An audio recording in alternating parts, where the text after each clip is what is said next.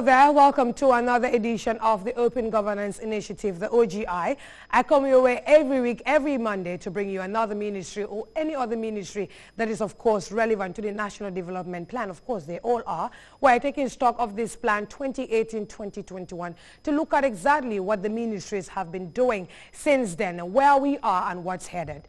Well, today we're looking at the Ministry of Transport, Works and Infrastructure, and we're looking at this ministry with the Permanent Secretary, Mr. Maud Kesise, as well as the Managing Director of the National Roads Authority, Mr. Momodu Senghor. Together they will help me expand the conversation right here on GRTS. My name is Fatu Elika Muloshi, the presenter of this show. A reminder that we're streaming live on our Facebook page as well as YouTube at GRTS TV. When we come back from this break, my guests will help me expand the conversation right here on GRTS.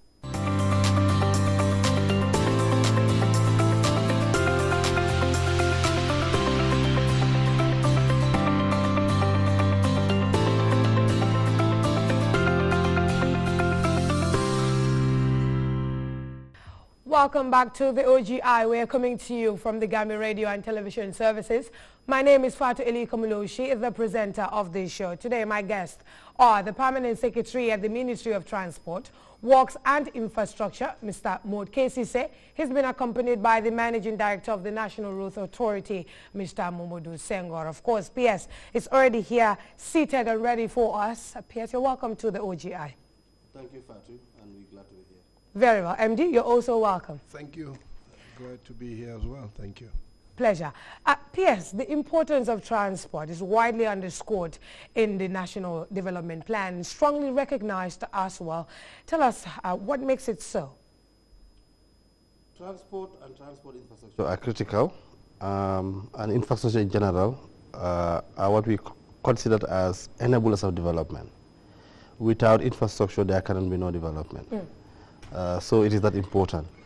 It is infrastructure that investors first looked at when they come to a country to decide to bring in their money or not to bring in their money. It is the infrastructures that connects the markets and the producer point. And it's an important factor of production. In economics, we have what we call factors of production: land, labor, and capital. So the infrastructure represents that capital. So, in essence, infrastructure is so basic and important. So, in the context of National Development Plan, the aspiration is to have well-built, modernized, and well-maintained infrastructure assets. This was what was articulated and the goal sets. And you're working towards that. And we are working towards that. Now, the national transport system, as it is, has been categorized into three modes. We have the road transport, we have the air transport systems, as well as the maritime and river transport. Talk to us about these different areas and what exactly has been done in this, just briefly. Briefly, in the road and bridges sector is the transportation network on land. And this means the building of roads and bridges.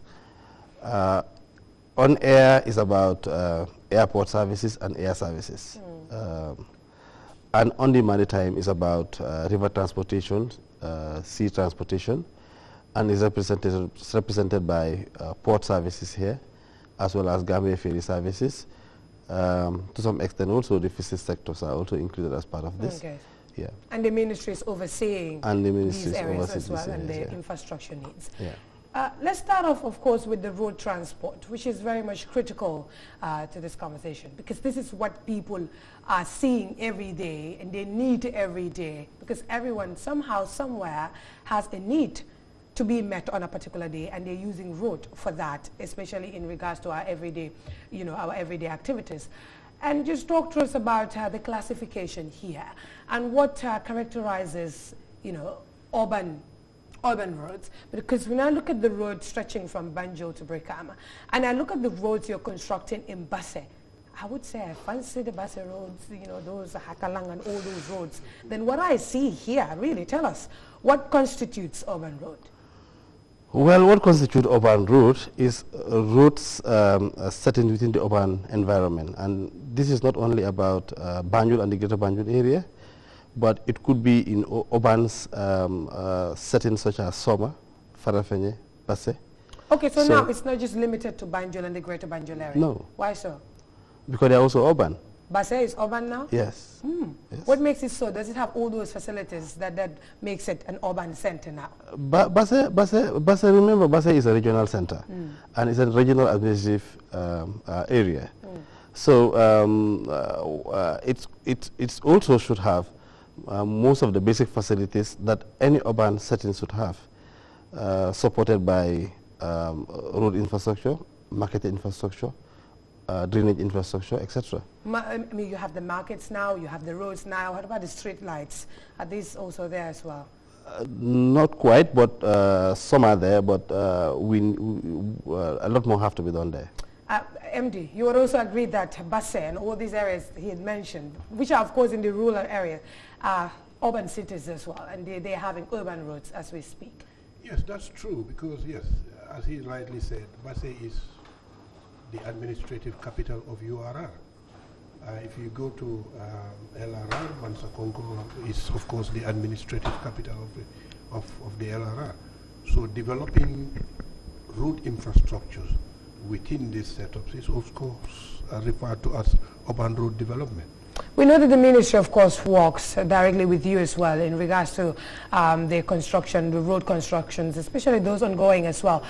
Tell us, what are you doing in this regard currently? Which ones are you directly involved in? And how are those coming along? Well, as you know, the ministry, NRA is always the implementing agency, but the contracting authority is always the ministry for all donor and, of course, government-funded projects. For now, you know, we are working on the Hakalang. We are doing the North Bank roads, rural roads, that is the Dingen Sanjal area, and of course in the Kaur area as well. Those are the new ones we've embarked on. We've also recently launched the Sankandi Karantaba road in Kiang West. Piers, let me just come back to you here and just you tell us what the ministry is doing, how far you've gone in terms of just fulfilling your mandate of constructing, you know, and building linkages between markets and service facilities, you know, under the government. Well, here I'll just try to list them. If I measure it against the NDP target, we'll be measuring in terms of kilometers. And really, I'm happy or glad to report that we have well surpassed our NDP targets. I was expecting that the way you started answering that question, that you was going to say that you've surpassed. In what way have you surpassed? Yes, because there's a number set in the NDP packet, and we have literally doubled that. So what was the number? What's your number? About 200 kilometers. I think built road already we've done more than 200, and the one ongoing put together is also another 215. Which one's ongoing now? Ongoing, like the managing director just listed, the Hakalang ones, which is at 87 or 88 kilometers. You have Sabah Sanjal, which is about 48. You have the Salums and the Nyanijas, which is put together is another 86 kilometers. Sankandi is just launched and is another 87 kilometer. And of course, we have the flagship project in Basse, which is 50 kilometers of route and 4 bridges combining to literally about 2 kilometers built. And now we've just moved to the urban areas. But by the way, even in the urban areas, we've never moved away. But Banjul, we started at Banjul and before we moved to Basse, and then back here. We are now about to launch the OIC program, which will be... That's for the urban area? That's for the urban area. That is the Battle Hadin, and a 50-kilometer route, which will be a combination of 20 routes put together. I have the specifics, of course, but let's just talk about your biggest project so far since you started, you know, the rural urbanization, of course, projects, especially those ongoing. Which one would you say is the biggest, or should I guess Hakalang? Good. It's important that you mentioned Hakalang. Hakalang was a very difficult project. What makes it so? Yeah, because it's a very important network connecting Jufre, which is a cultural center and a cultural town. And for a very long time, it was neglected. We didn't have much resources. and we were under pressure also to deliver on Hakalang. So thankfully, through political commitment, of course, under the leadership of His Excellency the President, he provided all the support, and that's why we were able to deliver it on time. Now, on to your question, the biggest projects, again, let me just list. Banjul is one of them. We know Banjul before the onset of the project and Banjul now. It's completely transformed. There's the neighborhood, the construction of the roads in the neighborhoods. Yes, the roads, the drainage, and the sewage in Banjul. And then the other one would be the Kairaba International Conference Center. That's a very iconic building. For it's the first time in the Gambia, and really, if not the first, but at least maybe the second in the region. But one thing also people forget, because they don't know, perhaps, would be the fact that we also recently accomplished a massive edifice in Saudi Arabia, and that is the ambassador's residence and office. I'm aware of that. It's a masterpiece. So is this something that the Gambia government funded, or yes, it was funded? The Gambia government funded completely. Okay. Yes. And who were the contractors? These were Saudi contractors and consultants, but we were the managers. You were the managers. Yes, and controlling the project. Very well. But again, I think if you ask the president, he will tell you Basse, URR. So we must also bring in that as one of the massive projects. And then MD, PS mentioned how Hakalang is a very difficult project, and also you have all these other ongoing ones. And you, at the NRA, you're dealing directly with these contractors as well. Tell us how challenging have been these projects, and just how we expect that these deadlines will be met in the very shortest time. Well, yes, these are contracts signed, I think, in October, if I can remember. And of course, works began, 3 months after that, because taking into account, of course, the mobilization period of 3 months. But as we speak, works have advanced to an extent where, in fact, in some stretches, they have started sealing, bitumenization in certain areas. And I think Hakalang is 26 months for 87 kilometers. How far have you gone so far? Well, we have achieved close to 25%. Last month, and because the reason why we are not slow, we are not behind schedule, is what the reason technically why operations are a bit slow compared to what the public perspective is. Because you have your timeline and you're working towards that, but you could be faster if the need. Exactly. No. I mean, this is the first phase. The first phase entails a lot of work. You have to do the clearing and grubbing. And this is the phase where you build the drainage structures, concrete. You build a lot of, we have almost close to 20 culverts between Bunyadu and Jufure. And that's a lot of work. Concrete is not, building concrete is not like building, it's not like ordinary artworks. You have to reinforce properly, and remember, you have to cure the concrete before you can allow vehicles to cross over it. And you will say that the contractors have been on track and just delivering as expected? Absolutely, yes, they have. Pierce, let me come back to that being said. Of course, you mentioned what you've done in Banjul and just what's expected in the greater Banjul area, but also cognizant of every other project that's happening across the country.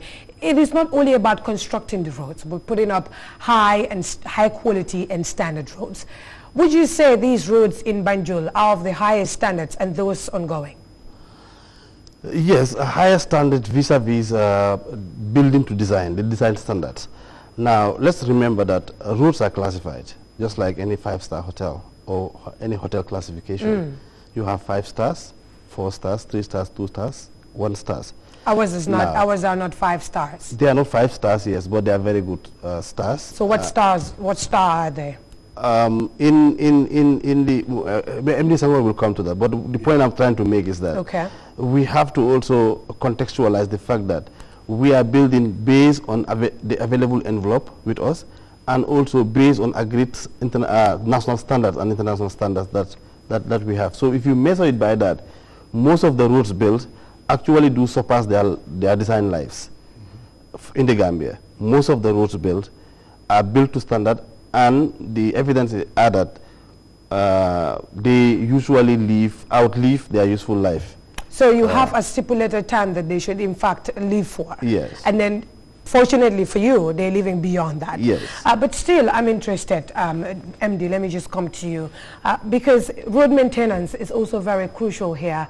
With everything else that's going around it, I would say that it goes beyond just what we are seeing, because some days ago, in fact, I got stuck around Churchill Stand. I didn't get stuck, but it was flooded. So by the time I reached the office and it was time to go back home, my car had a breakdown.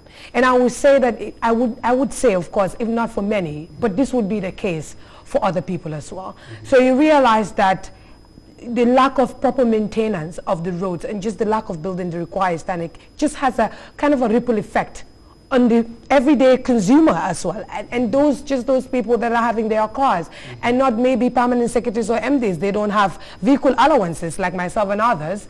And we were talking about how cheap labor is in the Gambia and just how people are suffering on a daily basis just to make ends meet and just being able to live the minimum standard, yet have to be faced with these other consequences as well, which apparently it's not their fault. I'm sure you are a consumer as well, and you really understand from the perspective I'm trying to come here. Do you take this of much of a concern from your own perspective, even though you are a public official, but also that you are a human being and you're a Gambian, and you could relate to how difficult it would be if these standards are not of the highest quality? Well, of course, apart from being the managing director of the National Roads Authority, I'm also a road user, like any other person. Standards are important. We cannot say anything against that. And but let me remind you, road design looks at three factors. It looks at the traffic, it looks at the soil, and it looks at the environment as well. You mentioned Banjul, why the standards are higher and not the same in other areas. Because Banjul is a typical example. It's a typical area where we have problem with the soil.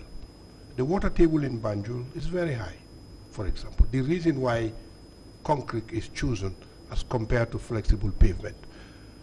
Where you have scenarios like that, you need to come up with something very rigid, which when loaded with traffic, at least it will not subside. So Banjul has higher standard compared to the others we're saying? Concrete. It is more expensive. We've seen the concrete. Of course, that's what I'm trying to say. And it is reinforced for that matter. Reinforced means it has steel bars in it, so that to resist that traffic loading, the traffic loading that would, of course, deflect. Destroy. But what about the drainage also surrounding it? Yes. Well, drainage plays a crucial role in any road, because the more the soil, the road bed is saturated with water, the more susceptible it becomes under loading. So draining a road is as important as building a new road. And are you having any kind of concerns about recent developments in flooding especially? And of course these are things we're going to see in the very short term with climate change. Absolutely. And that makes me want to ask environmental factors. Pierce, if I may just start off with you before I come back to the MD, just how the ministry is passionate about environmental factors. I know this is a coordinated approach, but just how you're going about that in just locating the areas and just going about the constructions. Fatu, thanks. You just don't wake up and start building a road. You start feasibility studies, conducting environmental studies, technical studies, and all of these pieces of information are put together. So where there are environmental impacts or social impacts, these are carefully studied, risk identified, and mitigation measures also inbuilt in the design solutions of the road. So to your point, like MD have said, the road goes with the drainage system, but it also has to take into consideration social impact, that is impact on the people who have been living there. How do they live there? How do you evacuate them if you have to? What kind of compensation you have to give them? The environment. Trees are important. Naturally, roads are not friendly with trees. You cut them, but then therefore you also have to rebuild. And that's why in many highways you also followed up with building trees along the roads to beautify them. So those are measures that we also undertake, demonstrating our social impact, socio-environmental concerns. Yeah. And I was still on just road maintenance and how important that is, aside from the fact that, it's costly, but also the effect it has on the everyday user as well, and just how it contributes to the high cost of, vehicle maintenance and all of that, but also road safety in terms of, averting road traffic accidents as well. But we'll come back to that. And I just want to bring your attention to, some of the urban streets as well, because I'm sure you're aware that lately we've seen a lot of traffic congestion, especially in these urban areas. And so it's important to have these other areas also built just so traffic can easily divert, if you would agree. Are you aware of this Latrikunda Sabiji, street? I saw that it was tarred, but right now a lot of potholes. Is this something that the ministry is also looking into? Because this is the heart of the Greater Banjul area. Yes, yeah, I'll come back to you. Okay, yeah. I mean, first let's recognize the fact that it's difficult to do everything at the same time, because we are also resource constrained. But the last time I had your officials on one of our programs, the idea was that in order to deal with this traffic congestion, that you were going to divert your attention to these street roads so that they can also be built to standard, so that vehicles can easily divert the traffic. Is this something you also agree with? And they are right, because the concept of battle hardening, not only we were saying we will build from point to point, that is from Sting Corner to Airport Johnson, but we also accompany that arrangement by building 20 other diversion routes.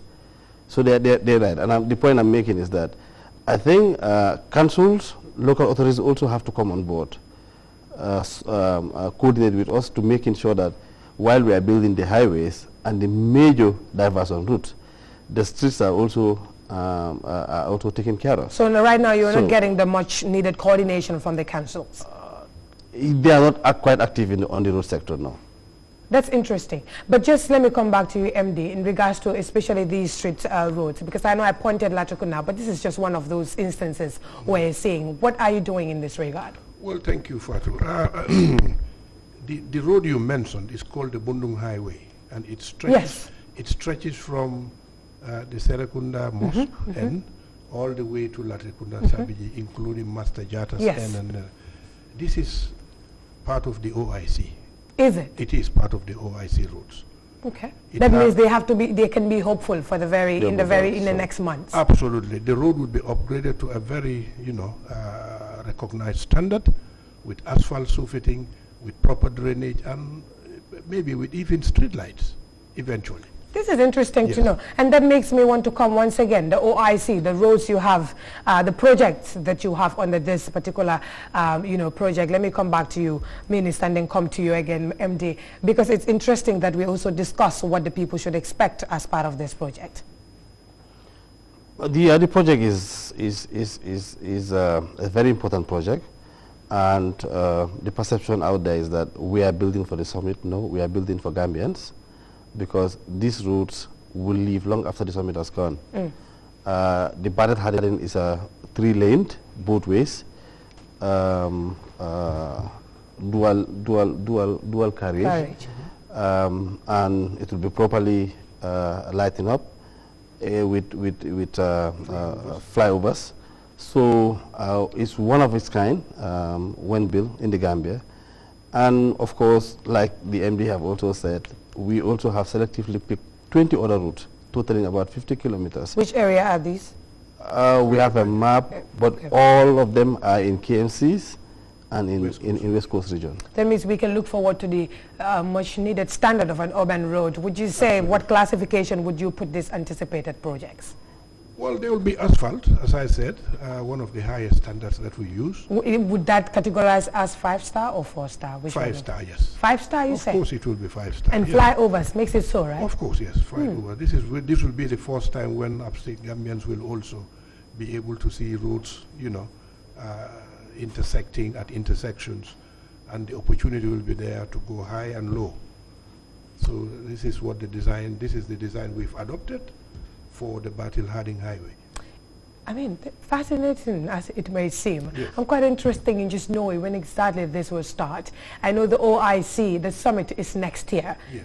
Can the roads be done by then? Well, we would start, and the idea is to be able to complete some of the roads, key roads leading to, of course, the conference center before the summit. so that traffic movement can be definitely enhanced. And these key roads, they include this Bundung, Latrikunda, and all these highways? Bundung, I'll give you an example. The Give me, Bundung please. Highway, the Bulfoot Road, stretches all the way from Bijilo to Muhammad Jah, all the way to Bijilo. There is a road from Wuling Sukuta to Wuling Kama, all the way to Bulfoot Ganata. And of course, around Serekunda, opposite the GPPA, it drives all the way to the GTTI. So key roads have been chosen. Does that include Abuko, Lamin, and all those areas? Or I live in Abuko, by the way. No, Those are not included. Abuko is not far. That's just by the side. Because we also are facing a lot of challenges. Well, I have a short well, we've director. recently completed the concrete road leading to Abuko, and it has really enhanced. There's one traffic. around Fajikunda. Yes, it has really enhanced traffic movement in that area. I would agree that I've been utilizing that road Yes. very well. And just let me just come back to you, because Piers, rural roads, I mean, of course, we've seen the ones you're building. Quite interesting in Basai especially. They have a tendency for overspeeding because usually there's not much traffic in rural settlements compared to what we see in urban settlements. Talk to us about efforts in just, having speed limit facilities once these roads are inaugurated. Yeah, roads are built with safety features.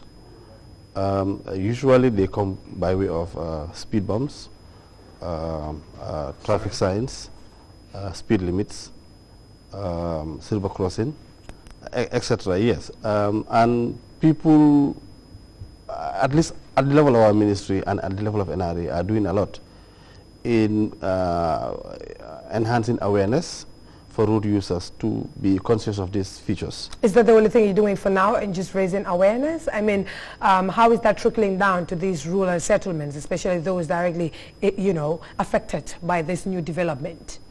Yeah. Yes, like I said, there's a technical working group set up by the ministry, and they work very closely. And like I said, the issue of road safety is multi-sectoral and is cross-cutting. All the stakeholders are involved. We meet and discuss, and when we identify hotspots and concern in certain areas, the relevant institution is identified or notified to take care of it. For example, if we identify that there is a need to have speed bump around schools or around hospitals, we notify NRA to please have a look and put in place those features quickly. By stakeholders, which ones do you mean here? Ministry of Health for the purpose of emergency and rescue. NRA is in the committee. The police is in the committee. Red Cross is in the committee.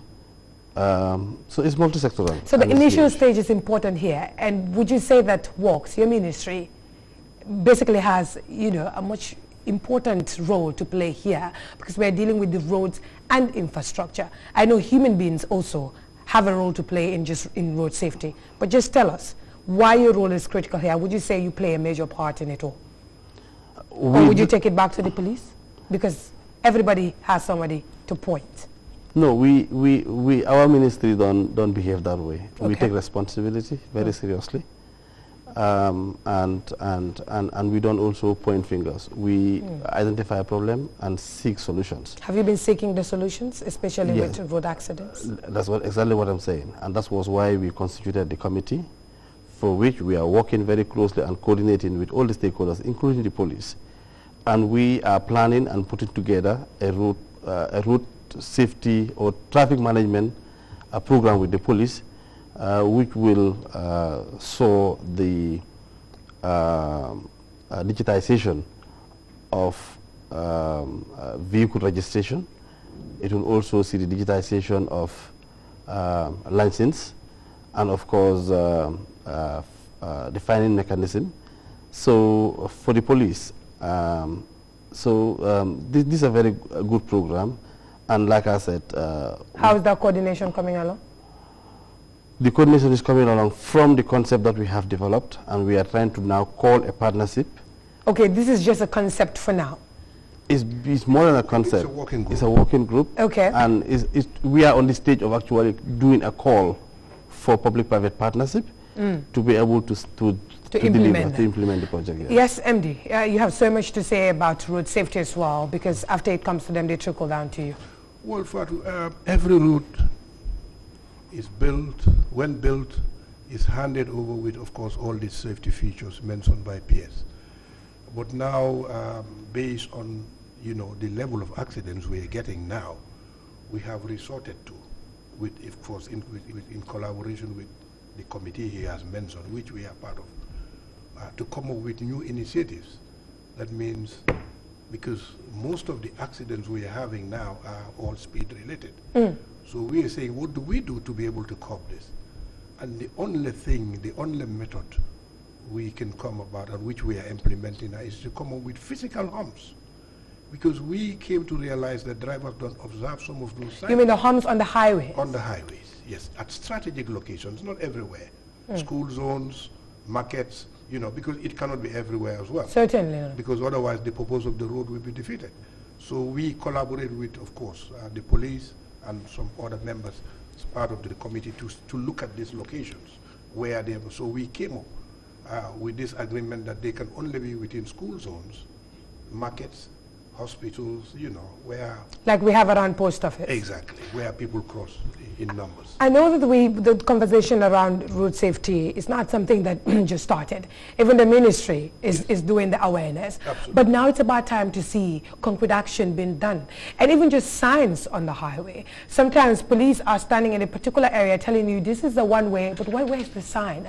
So road infrastructure is very important. What we mean by road infrastructure, we're not talking about the tarred road. It's about all these mechanisms that is used exactly to avert these challenges. Absolutely. How soon do we expect that these facilities be on these roads, just to make sure that it is motorable and just accidents are averted? It is not to say that they've never been there. They've been there because we don't inaugurate roads. But now they're not there. That's the point. That's what I'm trying to say. We suffer bill for about time, and the process is on. As part of the road maintenance initiative, we replace them.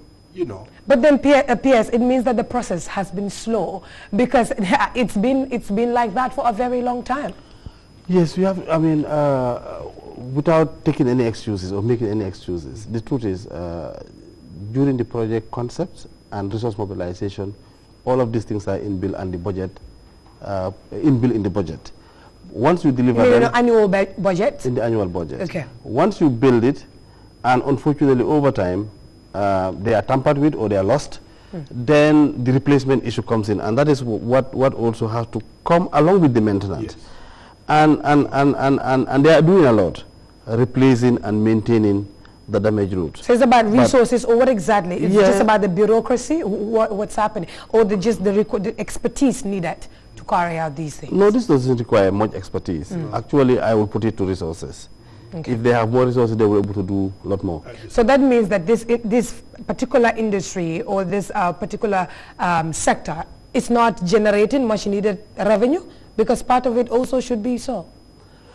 Of course, the sector have and potential. And that means that technology, employing technology to go about that. I agree. I said the sector has a lot of potential to generate a lot of resources, especially with the Action Road program as well as the toll plazas we have started building on our road networks. What do you mean by this? Toll plazas is user charge mechanism for road users. For example, if you are to cross a bridge or if you are to cross a major highway, then you pay within points a certain amount, and those monies should be used for the upkeep of that particular facility. As done in fact, not going far, our neighbors here. Neighbors here. Yeah, but even in Trans-Gambia, the Senegambia Bridge, we want to expand similar arrangements throughout the network. MD, you wanted to add on that? Well, yes, I know we have gone very far, of course, with the establishment of these road safety committees and, other efforts we have been, of course, employing over the years.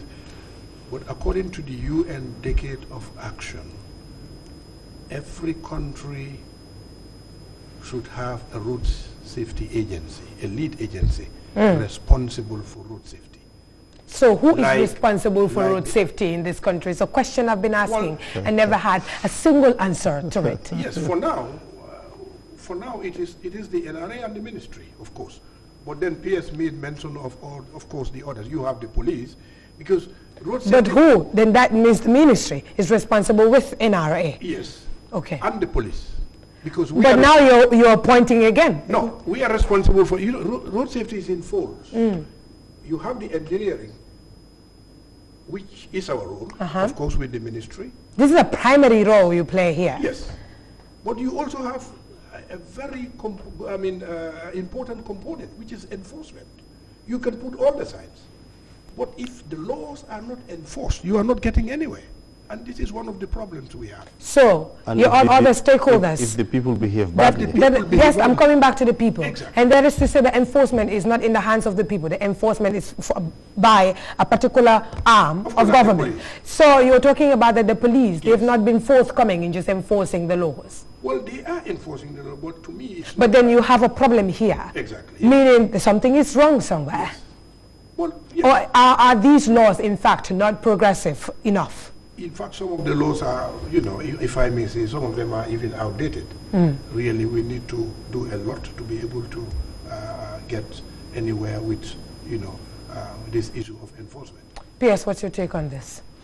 My stake is, I think what the managing director point was that unless you have a lead agency who coordinate these activities. That's what I'm trying to put here, the lead agency. At the moment, it's a collective responsibility. And where so we don't have a lead agency right now? No. Why is that? At the moment, these activities are coordinated by a committee. Yes. And the committee doesn't have an implementation mandate. Who is the leader of this committee? Which I am the leader department? of this particular So that means the ministry should be spearheading the this. responsibility. Yes. Okay. But the point being made is that it could be much more effective. Our intervention could be much more effective if we have this lead agency, which is properly resourced, which coordinates now on a daily basis with all of these agencies. Have they been pushed enough to do so?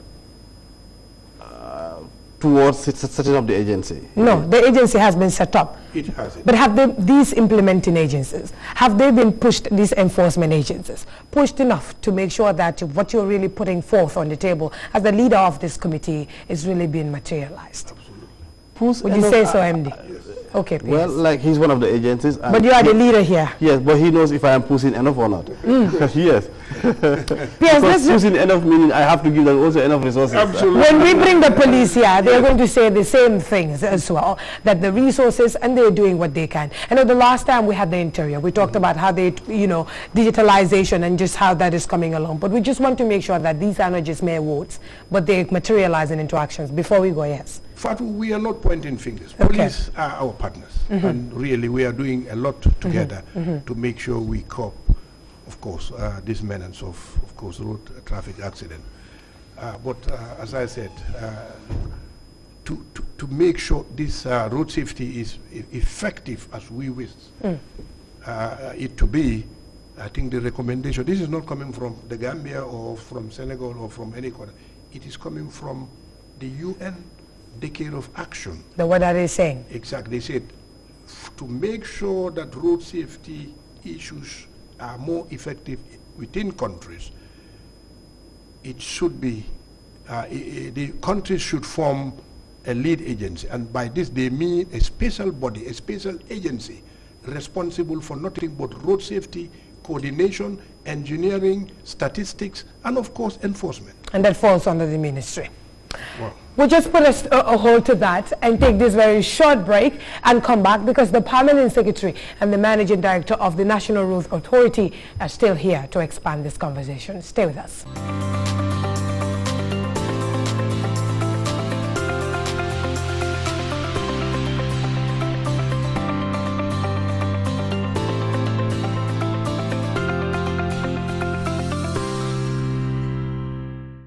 Welcome back to the OGI. We are looking at the Ministry of Transport, Works and Infrastructure with the Permanent Secretary at the Ministry there. And Mr. Maud Kesisi, who is the Permanent Secretary, is here with the Managing Director of the National Road Authority, Mr. Momodu Senghor. We're looking at road infrastructure and all about that. And still, P.S., of course, I'm aware of the fact that when it comes to the protection of lives, Right. The police is at the heart of that. But the police does not deal with this infrastructure. And so it's critical for the ministry to really lead that agenda. And would you say at this point in time, you're doing exactly that? We have tried our best. It's not sufficient. But like I said, we are seeking partnership and help from all quarters, because road safety issues are important to all of us. They said a key message is the life you save could be yours, your own. And therefore, the road user, the enforcer, the policymaker, the road builder, everybody have a stake in this. And we all have identified our respective roles that we are required, that we are needed to play, and we are doing our best to play well.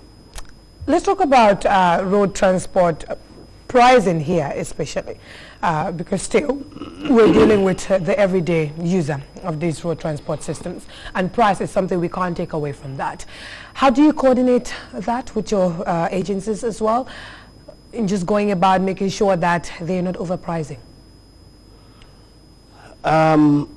Operators, for example, recently represented by the Gambia Transport Unions, meet and requested or demanded to have a tariff increment by about 30%. They demand a tariff increment? Yes. Why is that? Transport tariff increasement by about 30%. Now, why is that? Is because fuel prices? Fuel prices, tax charges, price hikes here and there, inflation, whatever.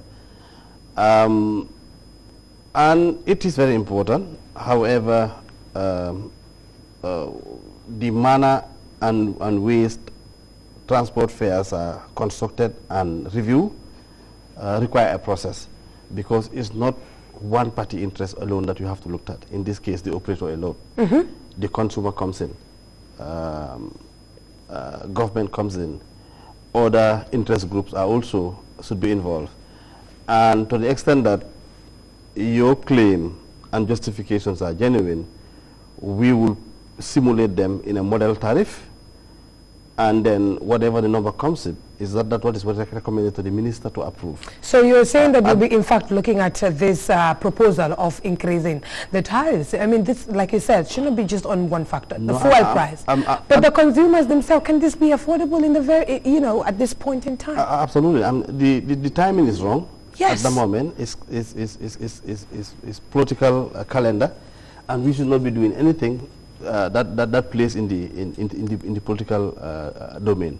But the point I'm making is that to the extent that your parameters and your justifications are right, we have never ignored. We are always tracking and monitoring the parameters in the price structure. Okay, you've been doing that. We've been doing that, and we are saying at the right time, this will be entertained and this will be consultatively reviewed and a decision made.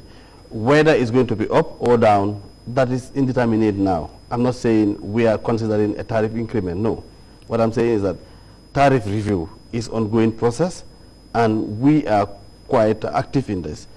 But at the moment, really, we are not in a position to entertain any of that sort. Any of that sort, but yes. you're giving the impression that you are going to look at this in the very short term, because we will soon go out of this election year. May not be soon, because this will continue till next year. But then, P.S., it means what you're saying is that you have some sort of influence over price of fares as well, if I may put it.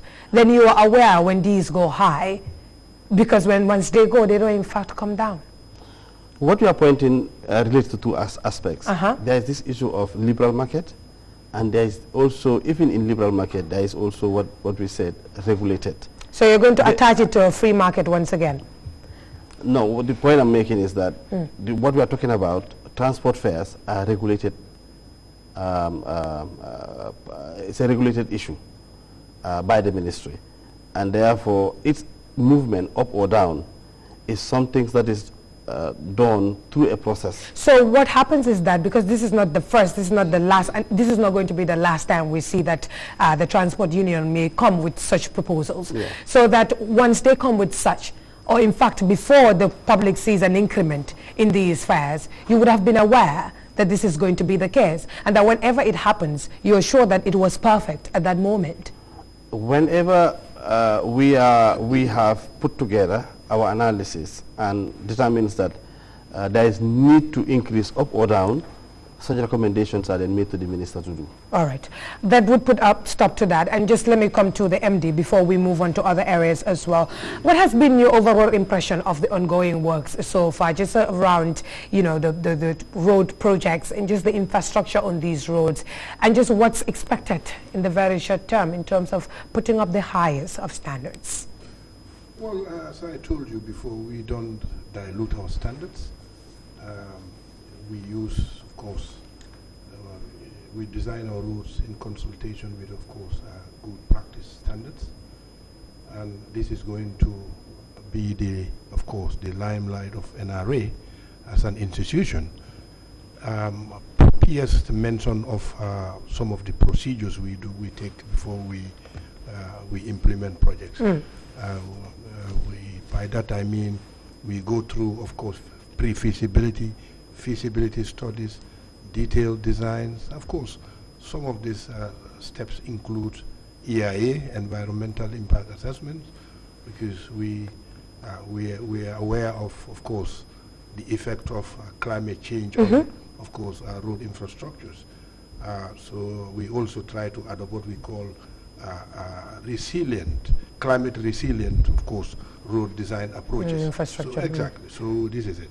So the projects we are implementing for now are in line with most of these procedures I've just mentioned. That's good to know. Thank you. P.S., let me just come back to you, because air transport systems also under the same ministry, the supervision, just go about that. Of course, I know this is directly under the BIA.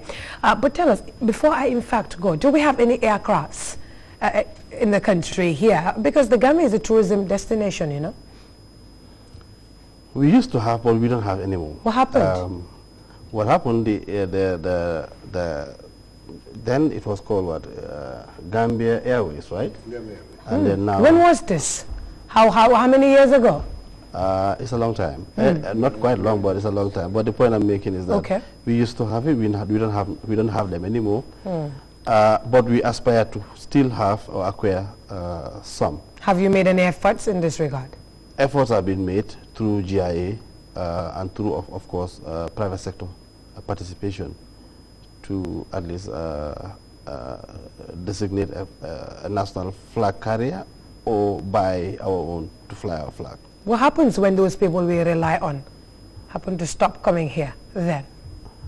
At some point in time? Just like when it happened when the Thomas Cook collapsed and tourism was actually going through some dicey period. I mean, when they suddenly stop, it always creates some disturbances in the market and inconveniences also. But I think it's not a bad idea getting such assets co-owned and operated by well-seasoned, qualified operators for the purpose of safety and, of course, competition. And bearing in mind also that these are assets which are quite expensive.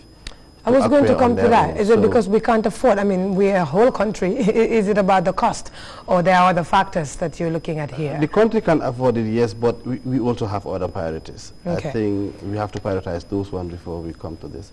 But it's something that we can also achieve and achieve the same outcome with the private sector participation. Very well.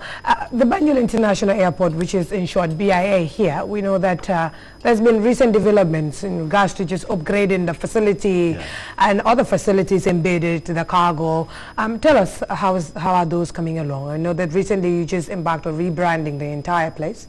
Is this under the work of the ministry? It's much more than rebranding. What just happened? It's just changing of name. You rebuilt it? We rebuilt it. Oh, we rebuilt it, and actually, if you know the airport building or terminal building then and now,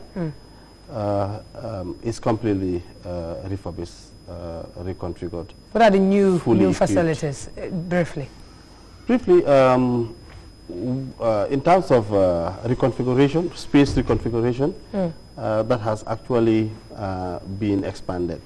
If you know, before, you only had about check-in counters, about not more than 5, but now we have up to 12. Is it? Yes, and then you also go to the arrival or departure hall is significantly improved.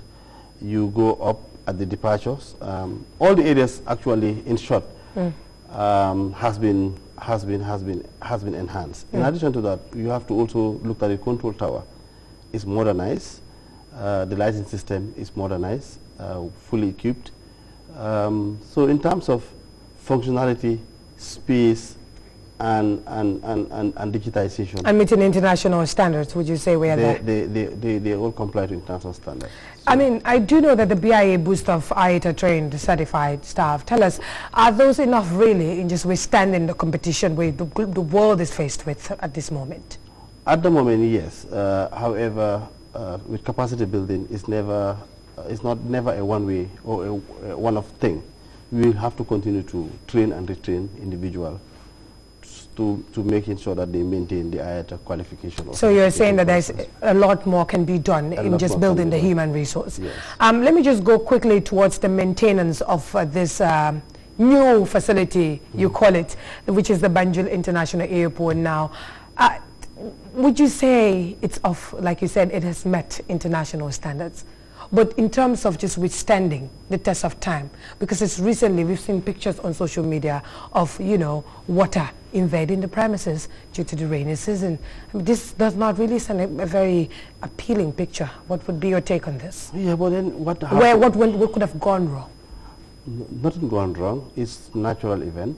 It's natural for water to invade such a... Yes. This is a state-of-the-art facility. This is state-of-the-art facilities, but flash flooding or flooding to important buildings of this kind even happens in everywhere. In London, in New York, everywhere, yes. If you know the location of this particular airport I'm talking about. Well, I've been to Washington and I've been there during the rainy season and I could not even see water on the ground. Yes, that is maybe where you were, but I'm telling you that flooding happens everywhere. So what is being done as we speak to make sure that such an incident, is averted? Because this is not something that we can rely on, even though it's happening everywhere. We have to put up the best standards. Of course, when these things happen and when they do happen, measures are taken to avoid. Right now, has any measure been taken? Yes, measure has been. What has been that? What has been that is that the ring canal, the drainage around the airport was what got blocked. Yeah, and the channel where actually the water goes through, that is the rear gate. That's the gate that is used by tourists to go to their parking lots. And if you observe there, the building is sloping. Would you say this is a construction deficiency then? No, it is not. I'm saying. What had happened was the building before didn't have a ramp, and some of the passengers were disabled. Something has to be done for access, so it was lowered to allow access. And in lowering that, and then combined with the fact that the drainage canal was also blocked, which is now unblocked, was blocked, then you have surge of water which end up at inside the terminal building, and that's exactly what happened. And measures have been done? And measures have been done, yes. Let me just shift briefly to maritime and just river transport there. Of course, we've discussed previously with other ministries, the Gambia being a trading hub, and that means that our jetties must be, of course, I talk about standards all the time, it's important, but also in terms of landing, storage. Tell us, what's been done in this regard? Yes, in the maritime domain. I know currently there are challenges in there, and I'm sure you're aware of this, but just tell us briefly what you're doing in these specifics. In the maritime domain, simply put, we have very intensive congestion at the port, both at sea, on land, to the extent that it is reducing our port competitiveness and therefore diverting cargo traffic to our neighbors. The waiting time have also increased from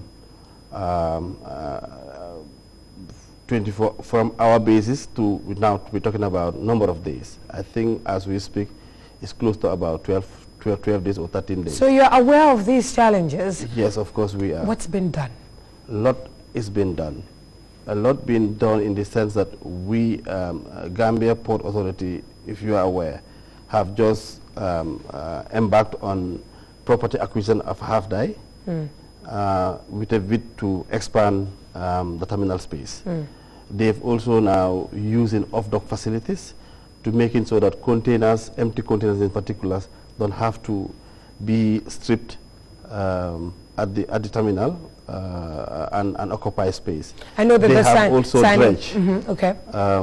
the jetty capacities Okay. from what was initially only 3 bathing area available to now about 5 or 6 bathing area now available. But all of this put together is still not removing the congestion. In the long term, development finance is being secured to expand the jetty. By the long term, what period? How many years? In fact, it should be in the medium term. In the Okay. medium term, we're talking about between now to 3 years. Okay. The jetty expansion will happen, and in the long term, we expect to partner with international port operators to bring in heavy equipment and also help us manage the port. I hope that this timeline is not long enough to not divert the attention of our, of course, investors and just suppliers to other parts of, the world. No, but bearing in mind, let me say this also, is the fact that while our neighbors were busy investing in their port for the last couple of decades, we were busy actually emptying the coffers of the port. So no serious investment was ever done in the port in the last 15 years or so. I know these are inherent challenges, but clearly, something can be done. And it's good to know that you're putting some of these measures in place, but hopefully we can see concrete actions in the very short term. Well, it's been an interesting conversation here. I've been alerted that we've run completely out of time. But just before we go, tell us, we could not go into the specifics of the, the service, the public service port model and the port's, master plan. Just in 20 seconds, what can you tell us about that? What model are you using at this point in time? No, we have a port master plan. Are you implementing this? Yes. I know it's not been the case in the some few years ago. No, we are implementing it, but with some challenges and some difficulties. But actually, the port master plan is being strictly followed. And this master plan was developed by a very seasoned engineer, Gambia? Royal Haskoning, Okay. Germans, and Dutch, and really, since the plan has been laid out, that is exactly what is being followed in terms of implementation. Yes, finally, what can we expect in the very short term from this ministry, of course, with your partners and just your department agencies? Well, what we can expect in the very near term is this ministry is doing a lot. We couldn't have done it alone. We continue to require the leadership of His Excellency the President, support and cooperation of the Ministry of Finance in particular, and of course our donor partners. With the limited resources, everybody have seen what we have managed to achieve within a very short space of time, and I believe if we have more and the unity and cooperation persist, we should be able to do even more. I know that you're about to inaugurate your facilities in Basse there. Yes, yes. You're anticipating that, huh? Massive. Well, that was the permanent secretary there, the Ministry of Transport, Works and Infrastructure. Of course, he's been ably accompanied by the Managing Director of the National Roads Authority, Mr. Mamadou Senghor. They've been really quite interested and just interesting in just leading the conversation today on this same ministry. But of course, that's what we do here on the Governance Initiative. And I will do the same again once we come next week with another ministry to look at what exactly they're doing in line with the NDP Plan 2018-2021. I remain your host, Fatu Elika Mulushi. Enjoy the rest of our programs.